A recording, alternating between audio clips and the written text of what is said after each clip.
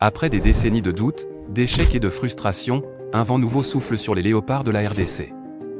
Depuis l'arrivée du sélectionneur français Sébastien Desarbres en août 2022, c'est comme si une lumière s'était rallumée dans le cœur des supporters. Fini le désordre, fini les improvisations tactiques. L'équipe retrouve une identité de jeu claire, disciplinée, collective et audacieuse. Un style fait de pressing, de transition rapide et de solidarité. Le groupe vit bien, et surtout, le peuple recommence à rêver. Après la Coupe d'Afrique, Côte d'Ivoire a coupé le souffle et les éliminatoires à la Coupe d'Afrique, les Léopards revient plus fort.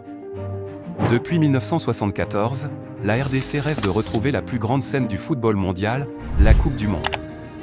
Cette fois, les Léopards veulent transformer ce rêve en réalité.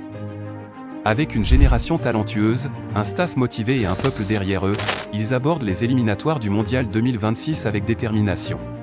Si vous êtes tombé ici pour la première fois, prends gentiment 2 secondes pour t'abonner.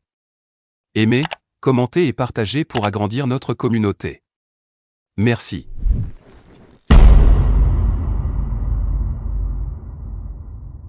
En 1974, le Zaïre de Mobutu entre dans l'histoire. Pour la première fois, une nation noire d'Afrique subsaharienne se qualifie pour la Coupe du Monde de football. Une fierté continentale, un exploit que même les plus grandes nations africaines de l'époque n'avaient pas encore accompli. Emmenés par des légendes comme Robert Kazadi Mwamba, gardien de but intrépide, Chimanga Timba, meneur de jeu élégant, et surtout Pierre Ndé Mulamba, meilleur buteur de la CAN 1974. Le Zaïre, alors vainqueur de la Coupe d'Afrique, représente l'Afrique à la Coupe du Monde en Allemagne de l'Ouest avec l'ambition de représenter fièrement le continent, dans un contexte politique où Mobutu voyait cette Coupe du Monde comme une vitrine pour son régime. Mais très vite, le rêve tourne au cauchemar. Premier match, Zaïre-Écosse. Un match disputé à Dortmund. Les Léopards montrent de l'envie, mais le manque d'expérience au très haut niveau se fait sentir. L'Écosse s'impose logiquement sur le score de 2-0, même si le Zaïre n'a pas démérité. Deuxième match, Zaïre-Yougoslavie. Une réalité est amère, se passe avant cette rencontre, les primes promises par le gouvernement n'ont jamais été versées. Les joueurs, menacés, affamés et traités comme des instruments de propagande, sont livrés à eux-mêmes. La veille du match contre la Yougoslavie, ils décident de boycotter le match. Ils sont avertis par le pouvoir en place, s'ils prennent plus de 3 buts, leurs familles subiront des conséquences. Les Léopards entrent sur le terrain non pas pour jouer, mais pour survivre. Un drame se produit ce jour-là. Le 18 juin 1974, à Gelsenkirchen, les Léopards subissent l'une des plus lourdes défaites de l'histoire du mondial. Une humiliation nationale. Lors de la rencontre, rien ne va. Après avoir encaissé 3 buts, l'emblématique gardien Kazadi est remplacé dès la 21e minute. Une décision plus politique que sportive. L'équipe, désorganisée, les joueurs sont au bord du chaos. Score final 9-0. Troisième match, Zaïre-Brésil. Le dernier match de Léopard à ce mondial face à la Seleção est symbolique. Face aux champions du monde en titre, les Léopards résistent pendant une mi-temps. Mais à la 78e minute, une image marquera les esprits, alors que le Brésil obtient un coup franc, mais puis Ilinga sort du mur avant le coup de sifflet de l'arbitre et dégage violemment le ballon. Un geste incompris par le monde entier, moqué par les médias, mais en réalité un signal d'alarme. Une protestation silencieuse. À la foulée, une défaite 3-0. Derrière ces résultats catastrophiques, se cache une vérité tragique. Un encadrement inexistant. L'équipe logée loin des standards européens, la communication est rompue, les consignes sont données par des émissaires politiques plus que par des entraîneurs. La déroute n'est donc pas seulement sportive. Elle est humaine, psychologique, politique. Ce qui aurait pu être un moment de gloire, un tremplin pour le football congolais, va au contraire laisser une trace amère. Depuis ce temps, le Zaïre, aujourd'hui la RDC, n'a plus foulé ses pieds à la Coupe du Monde. Une malédiction qui dure depuis un demi-siècle. Après l'épopée de 1974, les Léopards ne sont plus jamais retournés en Coupe du Monde. Ce rêve si proche s'est lentement éloigné, année après année, campagne après campagne. Une course-poursuite contre le destin, souvent cruelle, toujours inachevée. Lors des éliminatoires 1978, le Zaïre est encore auréolé de son passé glorieux. On pense à une qualification facile. Mais en face, une génération dorée de Super Eagles se dresse. Le Zaïre se heurte à une équipe nigériane disciplinée. Match nul à Kinshasa, défaite à Lagos. C'est fini. Une page se tourne, l'équipe de 1974 se disloque peu à peu, et le Zaïre entame sa descente.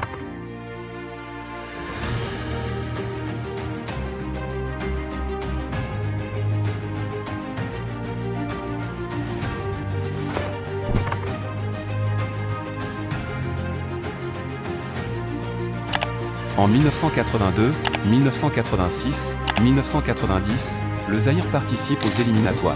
Mais à chaque fois, c'est le même scénario. Les années 2000 font naître ce qu'on appelle la génération dorée du football congolais. Une génération brillante, talentueuse, admirée, mais au destin contrarié.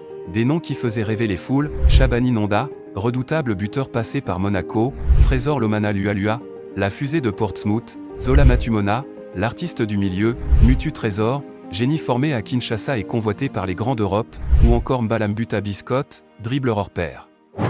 Sur le papier, du feu, de l'inspiration, de la puissance. Sur le terrain, souvent des regrets, et trop peu de résultats. Le rêve de Coupe du Monde reste un mirage. Un groupe qui avait tout pour réussir. Mais dans le football, le moindre relâchement coûte cher. Pour les éliminatoires du Mondial 2014, la RDC est dans un groupe difficile, Cameroun, Libye, Togo. Les Léopards ne prennent que 6 points en 6 matchs. Le Cameroun domine le groupe, la Libye surprend, et la RDC s'effondre. La flamme s'éteint, lentement. Une page se tourne, dans la douleur. Cette génération aurait pu marquer l'histoire. Elle avait le talent, l'énergie, l'envie. Mais il lui manquait une chose essentielle, une structure. Encadrement instable, problèmes de gestion, conflits internes. Les Léopards des années 2000, ce sont des lions dans une cage mal fermée. Ils avaient les crocs, mais pas la clé. Et pourtant, ils ont inspiré des milliers de jeunes dans les rues de Kinshasa, Lubumbashi, Goma. Car même dans la chute, il y avait de la grandeur. D'autres prennent le relais. Une autre génération. Un autre rêve. Coupe du Monde Russie 2018. Le parcours héroïque mais inachevé de la RDC. Le plus grand regret de toute une génération. La République démocratique du Congo a frôlé l'exploit historique lors des éliminatoires africaines de la Coupe du Monde FIFA 2018. Avec une génération de joueurs talentueux et un football porté vers l'attaque, les Léopards ont livré une campagne remarquable, mais qui s'est terminée à un petit point du rêve mondial. Avant d'entrer dans les détails, rappelons que les qualifications africaines pour le Mondial 2018 se sont déroulées en 3 phases, un premier tour pour les équipes les moins bien classées. Un deuxième tour en aller-retour. Une phase de groupe finale, troisième tour, où les vainqueurs de chacun des 5 groupes accédaient directement au Mondial en Russie. La RDC, exemptée du premier tour, a débuté sa campagne au deuxième tour face au Burundi. Le 12 novembre 2015 à Bujumbura, la RDC bat le Burundi sur le score de 3-2. Grâce à un doublé de Diomersi Mbokani et un but de Jordan Botaka, les Léopards prennent une option à l'extérieur. Le 15 novembre 2015 à Kinshasa, la RDC va être accrochée, mais ce nul a suffi à la RDC pour se qualifier avec un score cumulé de 5-4. Lors du tirage au sort, la RDC va être logée dans le groupe A aux côtés de la Tunisie, de la Libye et de la Guinée. Un groupe relevé, mais abordable pour des Léopards ambitieux. Résultat de la phase de groupe, RDC, Libye 4-0. Une démonstration offensive. Le 13 novembre 2016 à Conakry, la RDC renverse la Guinée sur la marque de 2-1. Victoire précieuse à l'extérieur avec des réalisations de Kebano et Bolazi.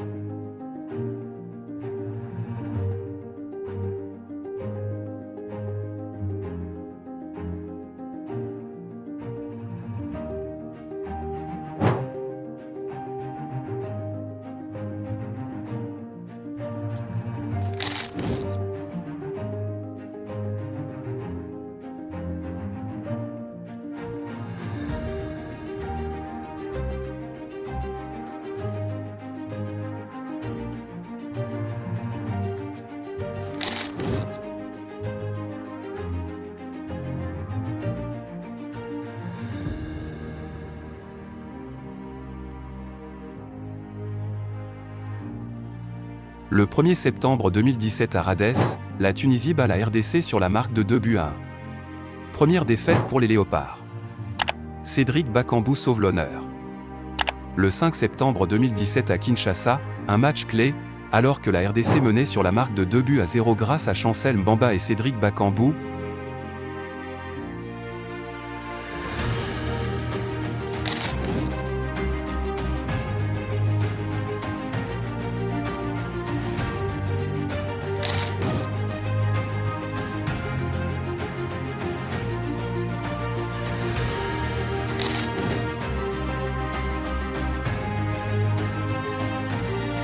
La blessure du capitaine Chancel bouleverse le chose, les Léopards se font rattraper au score en fin de rencontre.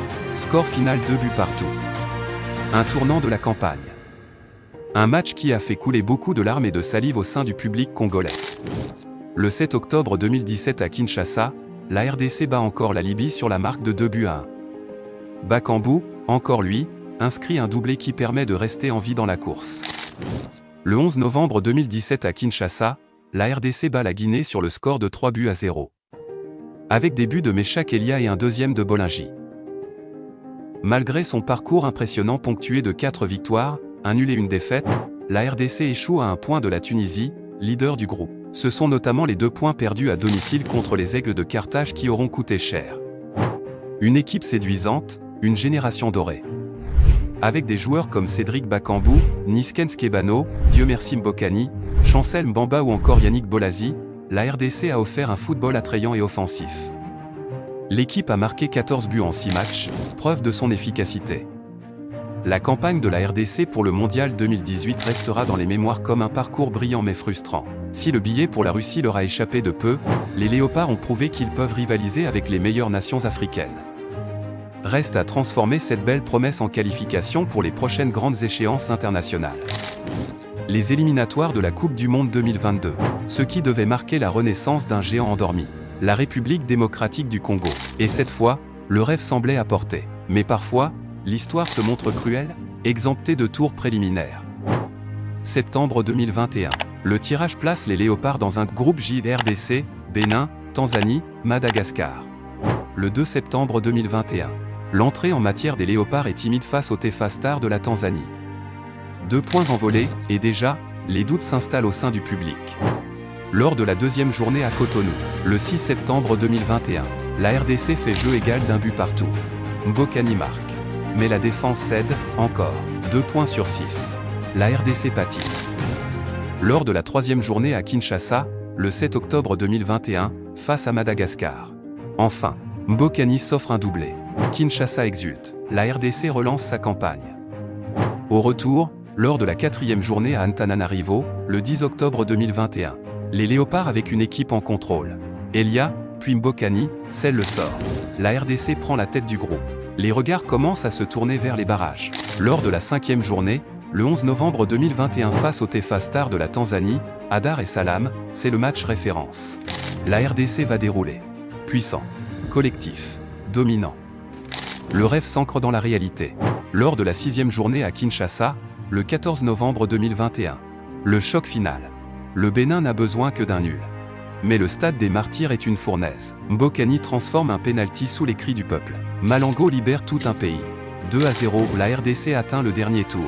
La République démocratique du Congo finit les éliminatoires avec 11 points à 1 point du Bénin avec 10 points. Place au barrage. Le Maroc, un habitué des grandes scènes, sur la route des Léopards. Au match aller à Kinshasa, le 25 mars 2022. Le stade des Martyrs gronde. Wissa frappe à la 12e minute. Mais les Léopards reculent. Et à la 76e, le Maroc égalise. Le rêve prend l'eau. Le 29 mars 2022. Le silence avant la tempête.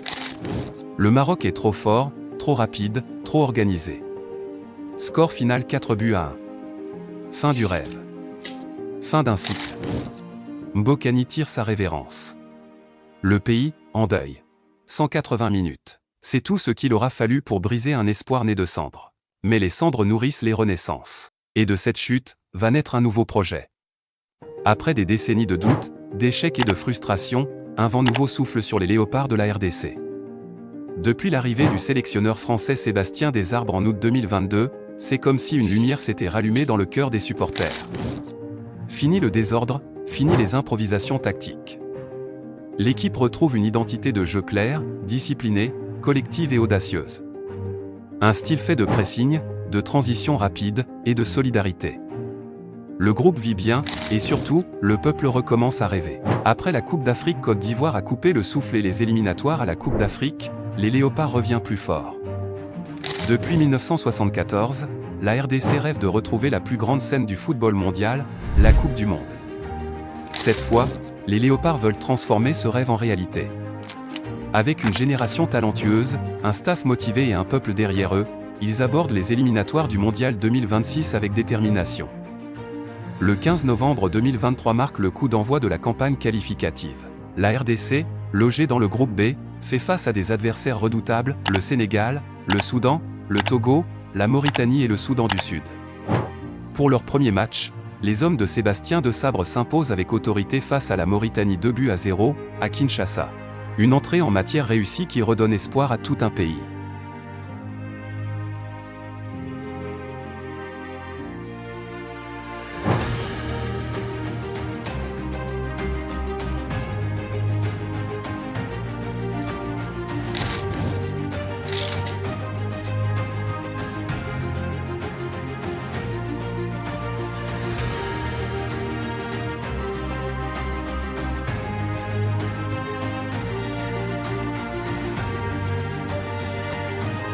Mais la joie est de courte durée. Quelques jours plus tard, les Léopards s'inclinent face au Soudan 1-0. Un coup d'arrêt qui rappelle que dans ces éliminatoires, chaque déplacement est un défi. En juin 2024, la RDC joue gros face à l'un des favoris du groupe, le Sénégal. Dans un match tendu, les Léopards arrachent un nul courageux d'un but partout grâce à l'égalisation de Fiston Kalala Mayele. Un résultat qui vaut de l'or.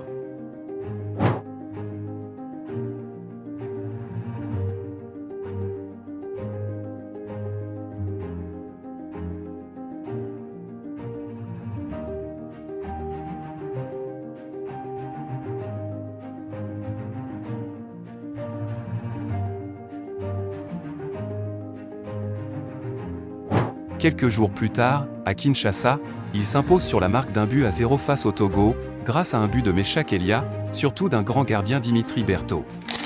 Ce succès relance la dynamique.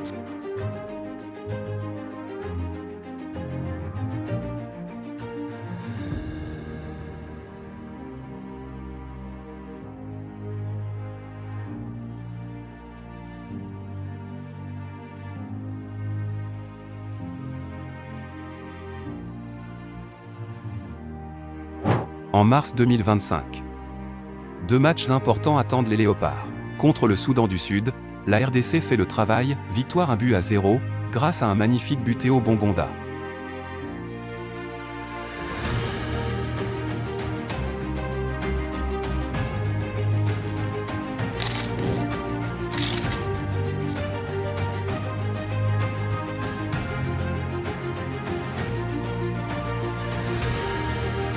Puis vient un déplacement délicat en Mauritanie. Mais cette fois, les Léopards ne tremblent pas, victoire 2-0 avec des buts de Charles Piquel et Fiston Mayele.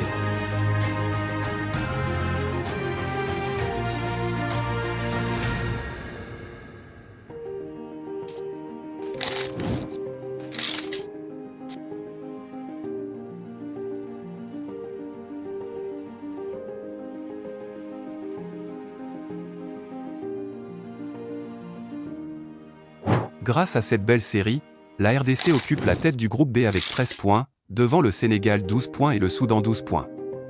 Une position enviable, mais précaire. Préparation. Alors que les éliminatoires de la Coupe du Monde 2026 entrent dans leur phase décisive, les Léopards de la République démocratique du Congo se sont donné rendez-vous à Orléans, en France. 2 matchs amicaux au programme, face au Mali, puis face à Madagascar. 2 rencontres pour tester, ajuster et convaincre. Le jeudi 5 juin 2025, les Léopards affrontent les Aigles du Mali dans un match tactique, intense, disputé sous les projecteurs du stade de la Source. Un adversaire redoutable, au profil similaire à celui du Sénégal, futur rival en qualification. C'est à la 27e minute que la RDC trouve la faille. Samuel Essandé, bien servi dans la surface, ajuste le gardien malien d'un tir précis. 1-0 pour la RDC. La suite du match est une démonstration de maîtrise défensive, rigueur, discipline, communication. La RDC tient son résultat jusqu'au coup de sifflet final. Une victoire convaincante qui reflète les progrès du groupe. Sébastien Desabre peut être satisfait, l'équipe monte en puissance. Deuxième match, RDC, Madagascar. 3 jours plus tard, le dimanche 8 juin, place au deuxième test. Face au Barea de Madagascar, les Léopards poursuivent leur montée en régime. Dès l'entame, le ton est donné, pressing haut, transition rapide, maîtrise collective.